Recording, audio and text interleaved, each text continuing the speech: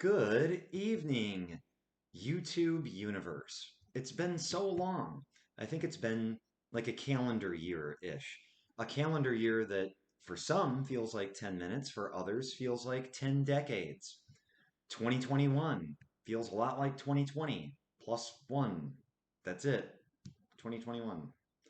Anyway, thank you for joining me. If you are joining me and this video didn't just pop up while you're trying to go to bed and randomly surfing YouTube, thank you for joining me, family. Um, I had a kind of spur of the moment books and bourbon that I wanted to put together tonight. I actually wanted to do this books and bourbon like 5 months ago, or is it 5 minutes ago? It's 2021. We're in a time warp. Um, and I just didn't get around to doing it. But what I want to do tonight is not talk about books, unfortunately. I should have read a lot of books over the last 2 years that feels like 20 years. I have, but not that many. We'll do a quick Halloween season book summary at the end of this episode. But I actually wanted to talk Disney tonight. Um, Last March, I had my opportunity to go back there for the first time since I was like 15 years old. I always wanted to go back and really experience it. The first time I went, I was only there for one day. I did every park in one day. Excuse me. And this is before Magic Kingdom even existed. Not Magic Kingdom, that was always there. Animal Kingdom, Animal Kingdom. So I've never been to Animal Kingdom, and I haven't been back to Hollywood Studios since I was 15. So still a lot of excitement coming up for the trip I have coming up next week, which is a planned week at Disney World this time, meeting up with some awesome friends. We're gonna have a blast, guys.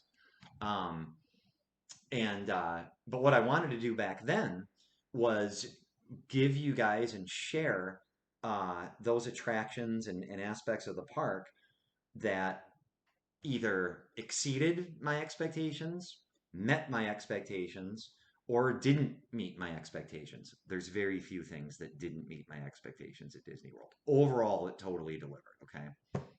So that's what we're going to do on this episode. I'm going to try to go quick. I figured this would get a good maybe comments thing, dialogue going on if you think I'm full of crap or if you totally agree with me on some stuff. Or if you've never been, which I highly recommend, everyone should experience Disneyland or Disney World or both or all of them, Euro Disney, all of them, once. I'll never make it to all of them, but everyone should go to a Disney park at one time, I think. It's not cheap, but I think it's worth it to just to have the experience at least once. I liked it so much that I was like, all right, I got to go back and really do it again as soon as I possibly can because it was that fun. But anyway, so that's what we're going to talk about tonight. First, of course, we have a tradition we must do here on Books and Bourbon. We all know what that is. Um, 2020 may have passed. We may be in 2021. But you know what? They still sell bourbon. You can still get bourbon.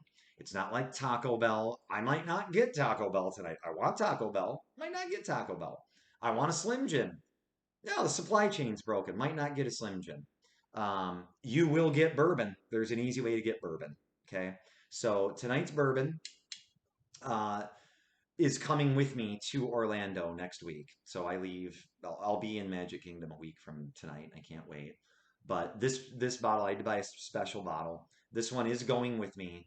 It's staying with me in my pirate room that I have booked uh, at the Caribbean Beach Resort on Disney property. And I just figured I'd have to go a little special. Why special, you ask? Just because a special occasion demands a special strength bourbon. Duh. So this is actually the strongest bourbon I've ever seen. And I'm sorry, the glare is kind of hitting us right there. Okay, there we go. Okay, so we already talked about pretentiousness with bourbons, right? So you already know there's a $10 upcharge just for having pen written info on the front. I don't know if you can read that. This is a 104 proof bourbon, which exceeds the strongest bourbon I've ever had by three, which would be Wild Turkey 101. which I highly recommend as a standby, not expensive bourbon to just have on hand. Um, this one is stronger than that. So I'm not gonna lie. This is actually my first take two of a books and bourbon ever. Katie actually jumped right up there, and she actually jumped right on the computer for take one. 15 minutes into take one, and excuse me, erased. I'm getting choked up about it. She erased the whole freaking video. So I have now set up a barrier around the computer. She's currently sitting right behind the computer. She's right behind you right now, being bad, being bad. And, I got really depressed about it. I went outside, had a cigarette. I was like, what's the point? I was like, you know what? I have to deliver for you. It's about you guys. It's not about me. It's not about me. It's about you guys. It's not about Katie. It's about you guys. So I came back in. Basically, the point of this is I've already had a shot of 104 proof bourbon. Sorry. Uh, we're going to do another one. We're going to do another one. Tradition's tradition. The Lost Books and Bourbon #7 or whatever will forever live on in my heart and soul. The gold, because these are mostly, just me talking. The gold that was on that take may never be replicated, but let's mine some diamonds then. All right? All right. So go get your bottle of Backbone Bourbon, 104 proof, from Discount Drinks and Wyandotte if you're in the Downriver, Metro Detroit area, or from any liquor store near you, because we all know liquor stores are pretty much open still, unlike Taco Bell or Pizza Hut. I don't even have a Pizza Hut that will deliver to me at all right now. That which makes me feel strangely alone.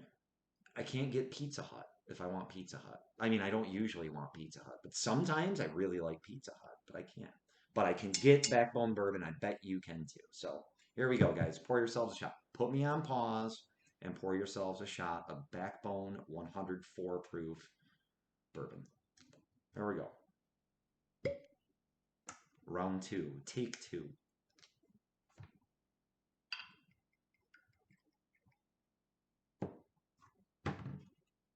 I'm not I'm not skimping here either. That's a legit shot, as you can see in my Steel Vengeance shot glass. Here we go. All right. Here's to a very mediocre 2021. It's not worse than 2020. It's not better. I don't know what's going on. Cheers, guys. Good to see you.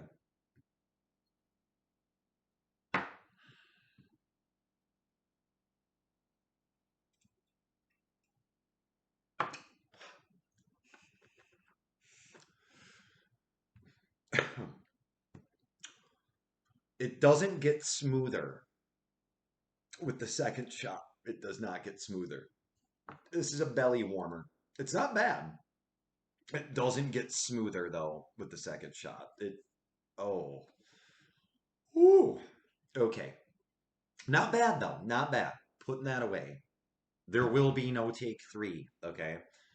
If you find this in some forgotten cloud somewhere and it never made it to YouTube, there was never a take three. This is gonna be it. All right, going for broke. So anyway, Disney attractions. Again, if you've been, I hope my list invigorates discussion and opinion. Whether you let me know or not, you're just like that guy's so no, he doesn't get it. Then I did something. Or if you're like, yes, I always have thought that too. Good, then I've done my job. If you've never been, use these as suggestions. I really a lot of these things weren't the things that I was expecting to even do when I was there. So there's some sleepers on here. So use this as kind of like a tour guide. One of my friends, and I highly doubt he's going to watch this, but one of my buddies, Jeff, texted me while I was at Epcot and said, "Oh, have you done this?" And I did some Disney research and I had never heard of this particular attraction. And it ended up being one of the coolest attractions that I've ever done at any park. So anyway, here we go. So here's what I'm gonna do. I'm gonna go through the list, not chronologically, okay, by exceeds, met, or didn't meet. I'm going to do one from each category, okay, to further keep things nice variety with things, okay? So, what do you want me to start with? Do you want me to start with an attraction that exceeded, met, or didn't meet expectations? Cool. Exceeded. Okay. Thank you. Thanks for your input, person from El Paso, Texas. No one watches me in El Paso, Texas. It's fine. But if you are that one person who is watching me from El Paso, Texas, you rock, dude. Or lady. Dudes can be ladies. Okay, here we go. So, one attraction that totally exceeded my expectations when I went down there, and I think you just must do if you are going to Disney, whenever you go to Disney. And the exceeded expectations, I would actually recommend doing more than once if you can, especially right now, because I think COVID lines are really short. Okay. And I was actually able to get on some of these more than once. But okay, here we go. First ride that actually exceeded my expectations. It's a legend. Probably not a surprise to most people, but it surprised me. I was going to do it just because it was one of those things you got to do at Disney. And then I got on it and I was like, holy God. I was in line for it. I was like, whoa, this is why Disney's Disney. What do you think I'm going to say? Put me on pause, discuss. I'll give you a topic. Legendary Disney rides that exceed expectations. Go.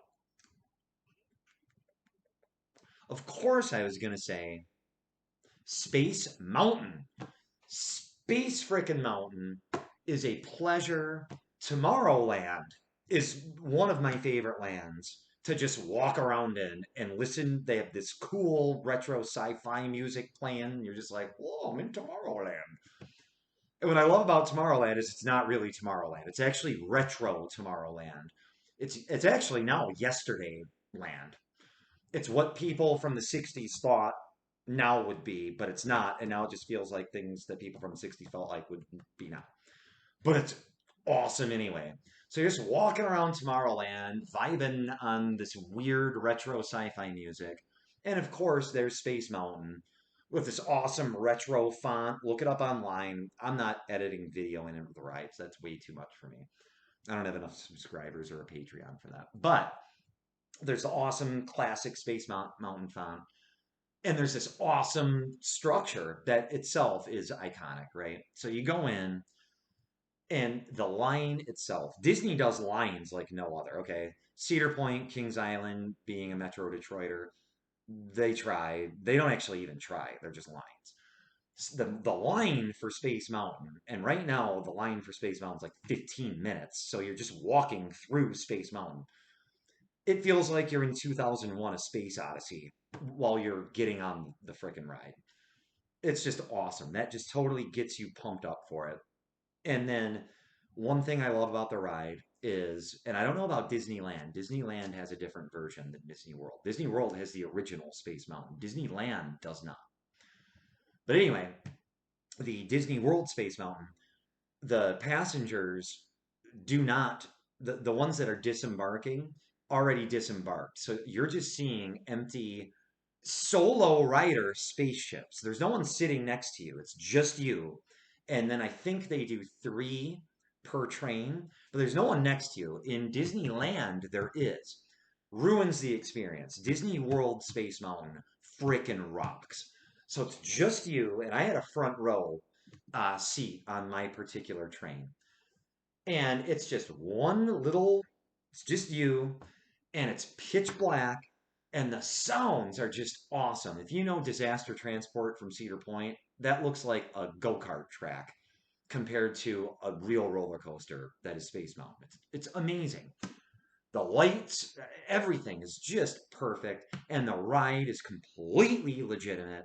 This is coming from a guy who's ridden all of the top ranked roller coasters in the world at one point. All right, Top Thrill Dragster, Flight of Fear. It's not as intense as Flight of Fear at Kings Island, but it's more intense than I thought it was going to be. Definitely. I mean, that thing pulls. You get some air, you get some G's, and at the same time, you got laser sounds coming in your ears, and It's just awesome. You can't, I went on it twice when I went, and I'm gonna go on it twice again. It's an experience. So that was the first one that exceeded my expectations. Everyone's like, well, yeah, John, duh, you're so naive. But how awesome is it actually? It's awesome. It really is. It lives up to every bit of hype that it's deserved. The fact that it was built, I think, in the mid 70s, even more awesome. Totally kicks butt. Space Mountain is my first exceeds expectations. It did. I thought it was, oh, it's a dark ride roller coaster. I remember it being kind of cool when I was 15. No, it's amazing. It's great. Got to go on. Okay. Next up, met expectations. All right, this is going to be controversial. I'm going to have to cut this list down, or this is going to be the longest books in bourbon ever. Or I'm going to have another shot of bourbon, and you're just going to snuggle in with me, and we're going to talk without talking about Disney. This category, it's not necessarily bad to have just met my expectations, but in some cases, I actually expected my expectations. That's the word of this. That's the theme of this books and bourbon. Expectations. In some cases, I actually kind of expected some of these rides to exceed, and they didn't. So this is a mixed category where I feel like some of them may have dropped the ball. Oops, 104 bourbon. This is not a full shot of this at all. This is a quarter. This is a sipsy. This is a sipsy shot. Little sipsy. If you need a little sipsy, have a little sipsy. Hmm. That's more like it. Huh, that's still backbone bourbon has some backbone. They ain't lying. Anyway, all right. My first Disney attraction that merely met my expectations. Pirates of the Caribbean. I wanted Pirates of the Caribbean to exceed my expectations, and it didn't. I only got on it once. The line for Pirates is still always pretty long. And you know what? I got on it. I enjoyed it. I did enjoy it. It's a beautiful ride. It's gorgeous. The theming isn't as good as I thought it would be. You can tell that it's pretty old. There was a drop at the beginning that I didn't expect that I really liked, and the music is awesome. It doesn't. It's beautiful. It's a beautiful ride. The pirate ship battle is amazing. It's beautiful, but it also felt like kind of a mess. Like things were just kind of thrown in. Um, and if I've looked at the history of the ride, but I don't want to give any spoilers away about the rest of the list. But it didn't deliver as much as some of the other older attractions delivered for me. I'm sorry, it didn't. Am I gonna go on it next week? Not if the line is over an hour long. I won't. I experienced it. Everyone needs to experience Pirates of the Caribbean. They just do. But it wasn't, oh my God, I'm a pirates guy. Even though I'm staying in a pirate themed room this time. I'd still dig the pirate thing. I like pirates. I mean, not like that. I mean, okay, whatever. I do. I like pirates. But it didn't exceed my expectations. It met them. It was a legit ride. That's a legend. That's beautiful. I appreciate everything that's going on with it. But if there is an hour line, if I go solo again, I won't. I'll be okay if I don't get on it this time around. If I go bringing kids, different story. Kids are gonna frickin' love it, right? I'm not talking about that. I'm talking about as an adult who's been on a lot of rides. I would not go on it again if there was a significant line. I wouldn't.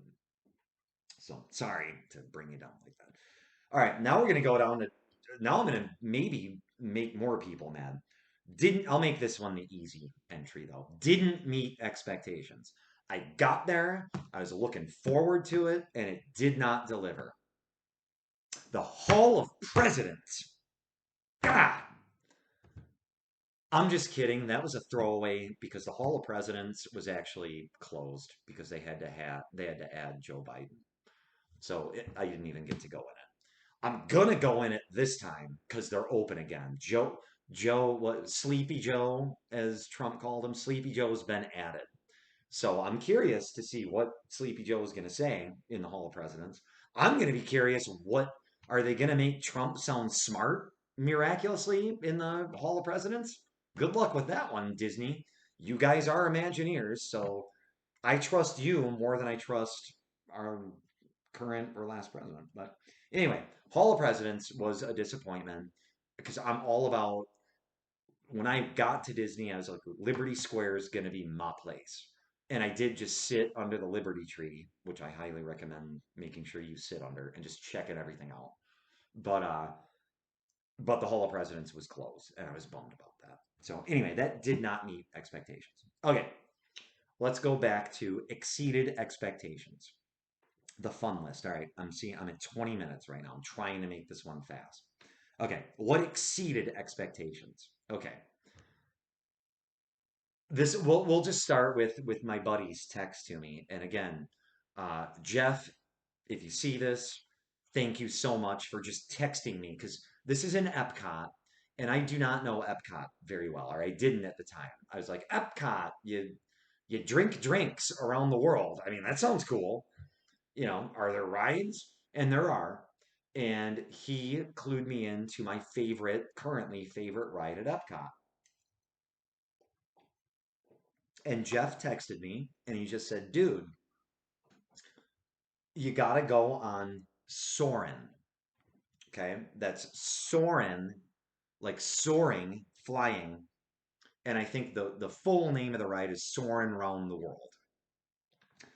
And the best part about this ride is I knew nothing about it. And I literally found it because he told me to go on it. My cell phone battery was dying because I have an old cell phone. It was dying, so I couldn't look it up on YouTube. I had zero knowledge of this ride or any spoilers at all for what I was about to do. Keep in mind, I had already visited England, Canada, and Japan on the south side of the park, or what is it, the world? I'm such a bad fan. The world tour, whatever. So I was already 3 drinks in, and then I made the walk back up to Future World. So I was already like day buzzed pretty good, like good day buzzed, good day buzzed. Perfect time to go on Soarin'. So first of all, the line is all inside. I think it's in the air pavilion. I'm pretty sure, and the line is all inside. Hi, Katie. You are not ruining take two, girl. Not happening. I will stab you with my lovingly. I will stab you with my pipe. You look like you want to ruin it so bad, though. Look at, you're so mad. I set up a barrier to not let her ruin it. So anyway, it's all indoor, like a theater. It's an indoor air conditioned pavilion. And you don't know, if you don't know what the ride is, you don't have any idea what you're even in line for. The whole theme is air. You're like, all right, soaring. Okay, what's going on here? And I don't want to give spoilers away. I'll just, and if you know what I'm talking about, you know what I'm talking about. She tried to just ruin take two. She's not gonna do it. You wait in line. You don't know what you're waiting in line for if you don't know the ride. And then all of a sudden, you get partitioned off into theaters. And you're like, oh, it's a theater. Until you realize the theater is freaking huge and the seats are free. Your feet are dangling screen mesh hang glider chairs. And then it gets good. Um, we'll put it this way: you're flying in a glider, and it's 4D, so it feels very 3D. And then you are feeling moisture, you're feeling clouds, you're feeling uh, sound, you're feeling wind. It's one of the most immersive, amazing experiences you can have with 3 drinks in you that I've ever had. Okay, it's amazing. So Soren is a must do if you ever go to Epcot. Must do. you must also have a Jack and Coke in England, a sake in Japan, and some random Canadian, I don't know, Labatt Blue in Canada. Then do Soren. Then you're really just going to be like, Soren. And then you're ready to go back to Mexico for a margarita. But anyway, Soren was amazing. Amazing. That is a must do. Thank you, Jeff, for Soren. I was just cracking up, loving life on that ride. Anyway, okay, I'm at 25, 23 on the time.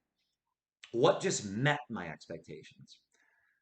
Okay, when I went, I didn't know much about dinner reservations, or it was a very spur of the moment trip. So when I made my reservations for the hotel and everything, and even was able to get tickets, I thought that already was a miracle.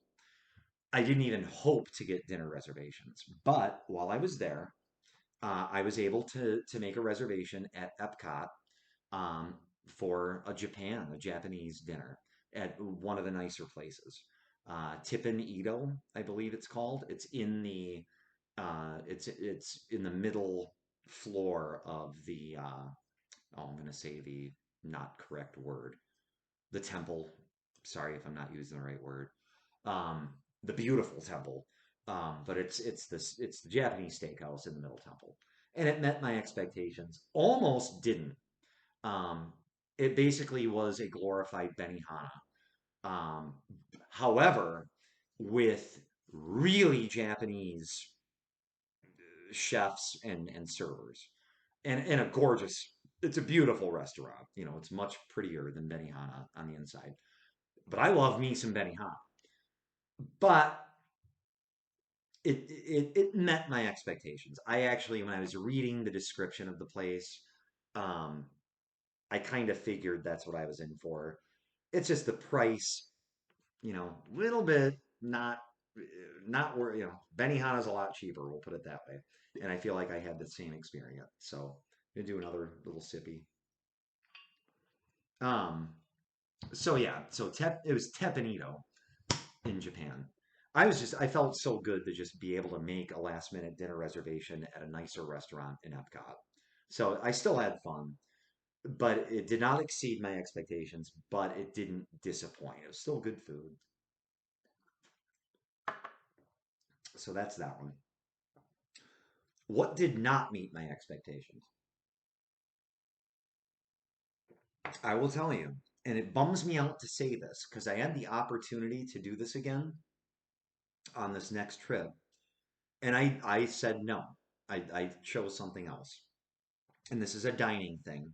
I was at Magic Kingdom on my first day, and I was able to snag a reservation at this sit down dining spot, which Disney sit down dining is a big deal, right? That's they have middle price dining sit down, but this place is mid to higher grade. And I was so excited that I got reservations for this place. I couldn't wait. And the experience, now I will chalk a lot of this experience up to COVID. I did not get the correct experience for this particular restaurant. I already said earlier, unless it was lost take one, I think I did say it in take two earlier. Um, Liberty Square was my home base. Okay. That was what I was most excited to see. We'll get into that more in a minute, too. I was most excited to see Liberty Square when I was there. And I snagged a reservation at the Liberty Tree Tavern, which is an old school colonial America family dinner restaurant. I was so looking forward to it. What I got was due to COVID seating issues. This was back in March. Florida now is just like, whatever. At least the government is like, yeah, seat them wherever they want to go. Disney, I think, is being still more protective than the government is. But what I got was seating. I walked into the tavern for my reservation, which is gorgeous. All old school colonial woodwork, square. I just love that whole style. I was like, yeah, I'm ready. And they serve booze. The only place, oh, never mind, spoiler alert. I was looking forward to a glass of wine and a frickin' family style dinner before I went to more rides in Magic Kingdom. And I got my glasses of wine. I was able to get wine there. But I was not sat in the actual restaurant. They sat me in what was obviously a B level side stage area that really reminded me of a banquet room at Zender's in Frankenmuth or the Bavarian Inn. It wasn't it to me it was obvious that a solo, because I was alone, a solo guest was not meant to eat in this scenario at this place. So I didn't get the experience. That I'll chalk that more up to COVID. For the dinner, it met my expectations because I was expecting a pretty mid-grade family style dinner. As soon as you hear family style, as soon as I hear family style, I think Bavarian Inn. Bavarian Inn's chicken is pretty freaking good, but it's still family style. You're getting served in bulk. In bulk food will never be, an individualized four-course meal. This is give you all the food, right? So I had my two glasses of wine and my giant, it was turkey breast. And it wasn't bad. It wasn't great, for what I paid for it, whatever. We'll put it this way. I'm too afraid that my next experience there, if I were to book it again, would be the same. And I'm not willing to pay that money for that experience again. So love the idea, didn't love the timing, and the food was exactly what I thought it would be. But I thought the atmosphere would make up for that, and I didn't get the atmosphere. But I did get my two glasses of wine. So, whatever. Okay, I'm at 32 minutes. Okay, I gotta really pare things down here. Okay, um, exceeded expectations. All right, another one. Okay, okay. So I'll just skip. I wanted to make this like the number one, but most people that are watching this know me. Exceeded expectations. The Haunted Mansion is one of the greatest attractions ever been into. Probably next to the Twilight Zone Tower of Terror, which I haven't ridden since I was 15. That's how much it's stuck with me. That's the most, that's the ride I'm looking the most forward to riding as an adult. It tripped me out. The Tower of Terror tripped me out so much as a 15-year-old. And I had ridden Thriller. I had already ridden the Power Tower at Cedar Point at that point. So it's not like the thrills were. I don't go to Disney for thrills. That's not why you go to Disney, right? So if in 2 weeks, if I do a Books and Bourbon on MGM, I'm so old, Hollywood Studios, if I do a review, I'm not going to Hollywood Studios to expect it to live up to Cedar Point. They're not the same park at all. I am not going to Disney for the same feeling that I go to Cedar Point for. That's what's so great about Disney. I won't even go to Universal for the same vibe that I go to Disney for, right? So, anyway, I'm going off on a tangent. But the fact is, the Haunted Mansion is one of the finest experiences I've ever had,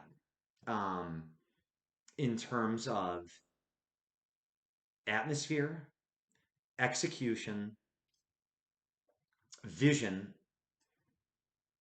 Uh, well, I think that pretty much is all you need to have for a great ride. At the end of the day, obviously it's not giving you thrills like the Millennium Force, but I don't want thrills like that in a haunted attraction. It's the greatest haunted attraction that exists. It doesn't, here's what I love about it doesn't rely on jump scares at all. There might be like one jump scare, but not like a haunted house jump scare. Okay, like I'm gonna go to a haunted house this year. Haunted houses, I've said this for years and years and years. The good haunted houses have a lot more than that going on. Jump scares get old. I don't mind a good jump scare, okay? There's clever jump scares out there. Just like in horror movies. There's a place for jump scares. But at the end of the day, those are the cheap hustler scares. Okay? Being jump scared isn't really being scared, it's being startled. Being scared, wow, okay, now we're getting into a whole other books, but we're getting into a book. I want to write a book about that. None of them are actually being scared. Being scared is like long-term anxiety. That's being scared. None of these attractions do that. So at the end of the day, you're either in the jump scare camp or you're in the atmospheric camp. And for me, what sticks a lot longer is I remember atmosphere a lot more than I remember jump scares. Jump scares last literally half a second. Ah! Okay. You know, atmosphere is so much more important. And that's why in Michigan here, the greatest haunted attraction, because we have great haunted houses in Michigan. And the ones that really nail it are the ones that get the mix. Um, there was one a long time ago that shut down right outside of Pontiac called the Realm of Darkness. And they had a gimmick. The gimmick was we're also a maze, and we're going to give you riddles throughout the maze. And if you figure out the wizard's riddle, you get your money back. And it was legit. I mean, they literally were going to do that. Except they made the riddle so hard. They're a haunted house. They made the riddle so hard. Sorry, I just killed a fly. They made the riddle so hard, no one ever could have figured it out. Which there's your carnival vibe. That's your carniness. The haunted mansion is something completely different, and it tells a story where Pirates of the Caribbean doesn't tell a story. The haunted mansion does. And what I noticed this time, God, I'm almost at 40 minutes.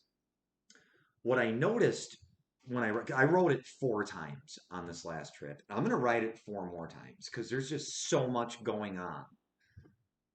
You got to write it 4 times. I actually got stuck on it twice. And I was like, this is the greatest thing ever. And all I did was just take in everything that was going on around me. It's probably the greatest attraction that's ever existed. But there's so much going on and it tells a story. And what I noticed on this trip, which was the first trip I've had since I was 15, is you ride in a two-seater doom buggy, which is cool. It's a super smooth ride.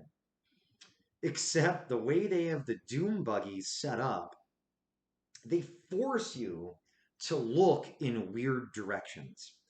So a lot of the Haunted Mansion is in your face. And I'm going to tell you right now, if you've never been in the Haunted Mansion, you can look it up on YouTube, and they have some good quality videos on YouTube of the Haunted Mansion. None of them hold a candle to what the real experience is. None.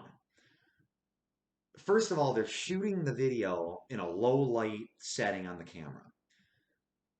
So it's not giving you the real illusionist, because it's basically the Haunted Mansion is all based on old school magician illusions. And they're not giving you that vibe. You just don't get it. It's not their fault. It's good quality video, but that's not how it was meant to be viewed. It's much more in your face, and you are staring at the thing. It's just amazing. And what's awesome too is the motion of your doom buggies actually does precede you through a house. And that's the best secret. And it's not a secret, I'm just naive. To me, it was mind blowing. The motion of the doom buggies actually takes you through a house because it's so pitch black. You can't see where you're going, but you can feel where you're going. And you end up, you start on ground level. Technically, you don't, but that's a whole books and bourbon for another day. But you start on one level, and then you curve around and go up to another level. And you ascend. If you pay attention, but you're so distracted by everything that's going around. But if you pay attention to the motion of your dune buggy, you ascend up to the second level, and then you're on the balcony. And then you descend outside. Sorry if everyone knows this. It was my first time in freaking 25 years of realizing that as an adult. Haunted Mansion completely lives up to every bit of hype that it's ever had. It's that and more. Haunted Mansion is top notch in my book, perfectly executed, which is a miracle. Because if you have Disney Plus, there's a show called Behind the Attraction, and I think the second episode is the Haunted Mansion. It's a miracle that it is that good because it was a mess to build. So anyway, that was an exceeded expectations. Met expectations. I'm at 40 minutes. God, I gotta hurry. Met expectations, and I mean this in a good way. The test track at Epcot. I knew what to expect from it. It was exactly what I expected from it, and it was solid. You got to do the test track. Plus, it's sponsored by Corvette, so that was a little bit of Motor City. You know, it made me feel like I was at home in Detroit. Um, Test track is sweet. It's a lot of fun. The line is super cool, and the ride is a very legit ride. So test track totally met my expectations, and I will be going on that again. Um, didn't meet expectations. This will be the last thing about not meeting expectations because I didn't know this. And after I got back, people in the know were like, "Well, yeah, dude, of course. Why'd you think that?" It is next to impossible to get a beer in the Magic Kingdom. I'm used to being at Cedar Point or Kings Island. Obviously, I'm drinking bourbon, um, where you can get beer pretty much anywhere, and you can drink your beer in most of the line. Magic Kingdom is actually intentionally meant for kids and friendly. And I totally respect them for that. Um, Problem is, I didn't realize that going there all day. And the only way to get alcohol to this day, and this is only recent, it used to be completely alcohol free, besides the exclusive club, the what is it, the 333 club or whatever. Um, I think it was the 90s when they started allowing alcohol at only at sit down uh, dining establishments. So if you can snag a sit down dinner reservations, you can have some alcohol. If you can't, you're SOL. What I never recommend doing is asking any Disney cast member, where can I get a beer? Because they're going to look at you like you're the biggest idiot ever, which they did, because obviously I did that. I went up to a cast member, very friendly, and I just go, where can I get a beer here? And they just looked at me and they're like, oh, not in Magic Kingdom, not in this park, you can't. I'm like, really? And they're like, yeah, unless you have a sit down dining reservation, good luck with that. And I'm like, oh, okay, let's see if I can.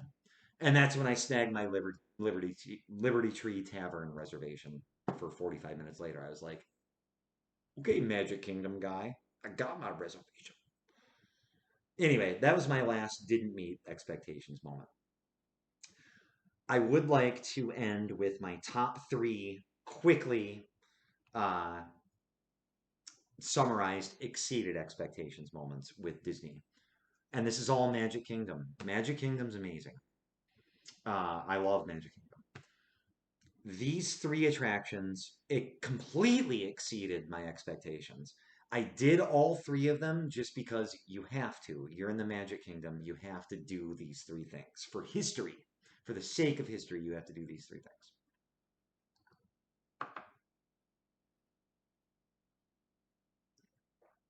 Throat was getting dry. Okay. Number three exceeded expectation attraction at Magic Kingdom. If there's a line for this next week, I might not do it again, But if you go to Magic Kingdom, you have got to experience this ride at least one time. Must do. Major sleeper ride. Peter Pan in Fantasyland. Peter Pan was awesome. I will totally go on that again if the line is reasonable. The experience was great. The line, the COVID line was kind of messed up because they had to space everyone out. So we were going places you're not supposed to go in that line. Like we cut through a restaurant in our Peter Pan line. Um, but even during COVID, the line was 45 minutes. If it's 45 minutes and you've never been on Peter Pan, it's worth it. I believe that is still one of the original Magic Kingdom rides. I mean, I'm going back to Disneyland. No, it can't be. Disneyland was in the 50s. Maybe it was. It might have been one of the original Disneyland rides. I'm not sure. But it's one of the very older rides at the park, and it is just so much fun. It's something you can only experience at a Disney park. It's beautiful. The line is gorgeous. The line is themed heavily.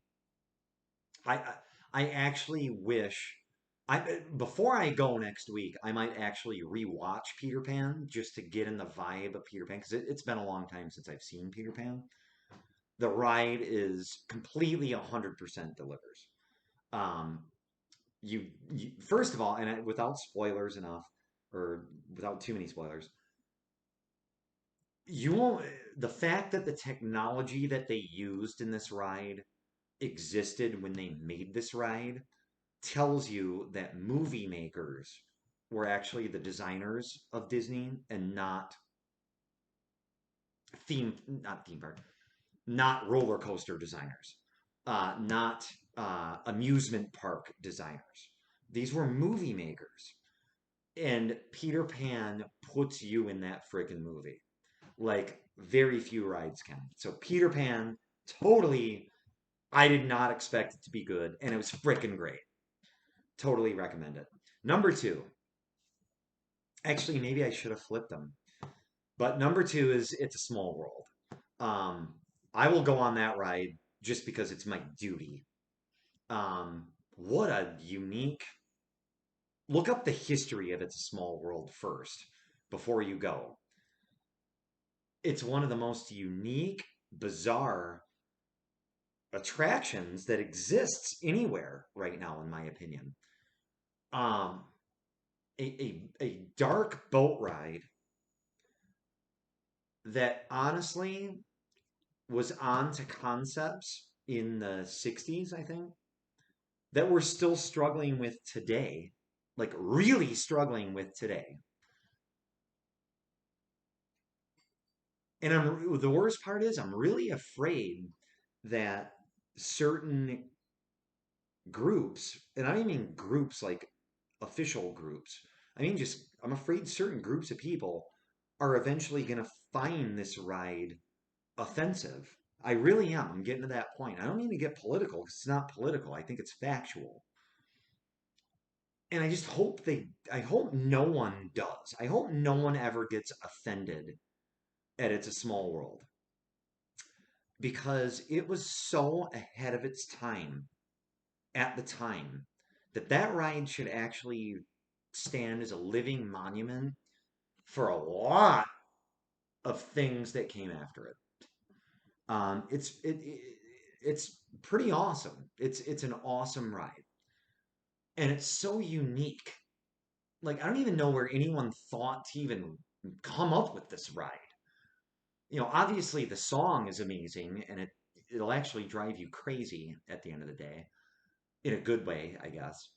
Um, but it's just so beautiful. It's just such a beautiful ride. And it the message of the ride is a pure one. And if this ride ever comes under fire, and I just hope it doesn't, if it does, I will defend this ride, and I think a lot of people will. I just hope it never comes under fire because it was built in the frickin' 60s. And for being in the 60s, it was so awesomely progressive and and honest and pure in its intent that it better not ever come under fire because it's just beautiful and it's so whimsical and just beautiful to ride through. Just such a great ride. So that's my. I didn't expect it to be that good. My hair is getting a little crazy. I really didn't. I didn't expect it to be that good, and it was. It was better. It was better than I thought it was going to be. It's just a great ride, great experience. However, my number one, and this is it. Then I'll let everyone go.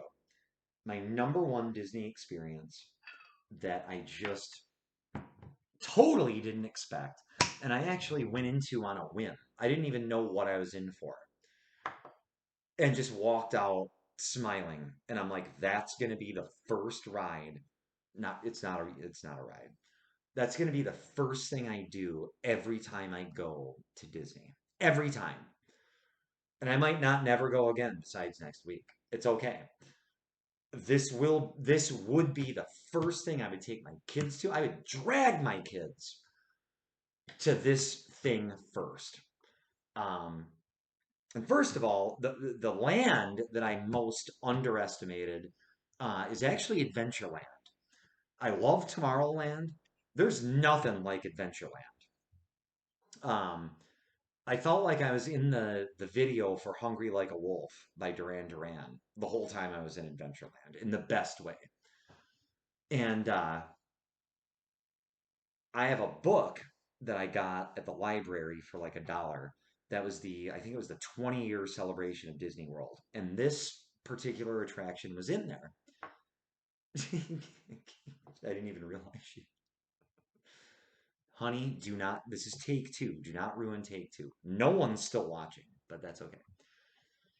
Um, this attraction was featured in the book, but while I was reading about it, I was like, what is this even? I think it's a bar. It looks like a pretty cool place to get a drink. And that's all I thought about it is if I ever go to Disney, I got to check out this bar. Until I found out there's no booze really served in Magic Kingdom. I'm like, well, what did this place get torn down? And then I took my first walk through Adventureland and I saw it. And it's the Tiki Room. That is the biggest, awesome surprise I've had at Disney. And for Disney history and Disney purism, nothing hits it like that attraction at all. I almost cried in the Tiki Room. I had no idea what to actually expect. I actually thought that the Tiki Room, when I got to Disney, I thought the Tiki Room was a now defunct swinging 60s bar that you used to be able to get drinks at that was not there anymore. And then I saw it there. The line is gorgeous. The theming is gorgeous.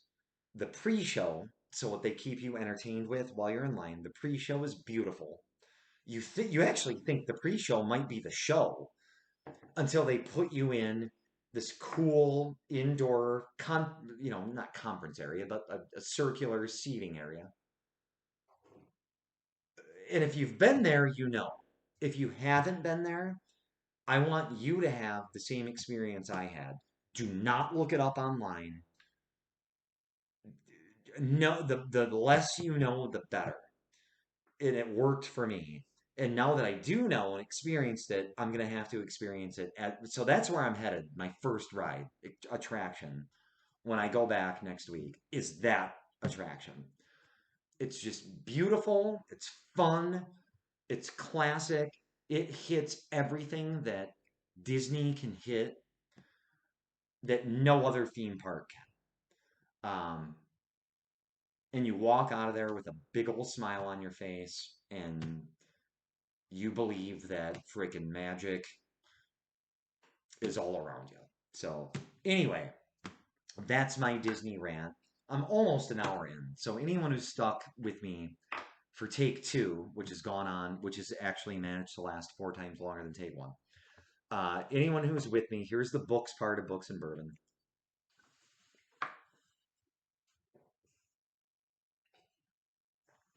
We're entering spooky season, even though it's still like 84 out.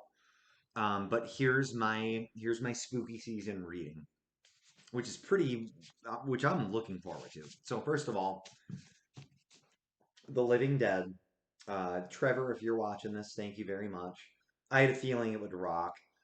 I did not think it would rock as much as it does. This is a great book. It is not a short book. It's almost 800 pages. I'm almost done with it. Not an easy read. This is a dense read. It's not a hard read, but it's a devoted read. It's epic. This is like kind of Stan level epicness. Um, but it also is a fantastic summary, uh, or almost a closing the book on zombie apocalypse themes. It does a great job. Uh, I like it better. It's the best zombie book I've read. Honestly, though, the only other zombie book I've read is World War Z, which was really good. But this is more, this is a different level. This is a deeper level to me than World War Z. Great book. Very uncomfortable book. You're not comfortable reading these pages. It- you know, when I finish this, I'm going to be happy I finished it because it's not comfortable, but it's great. Okay, so that I'm going to wind that one up in the next week. This is probably coming to Disney with me.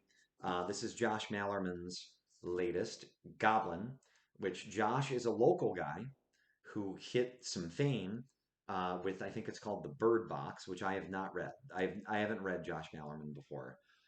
I dig the theme of this book.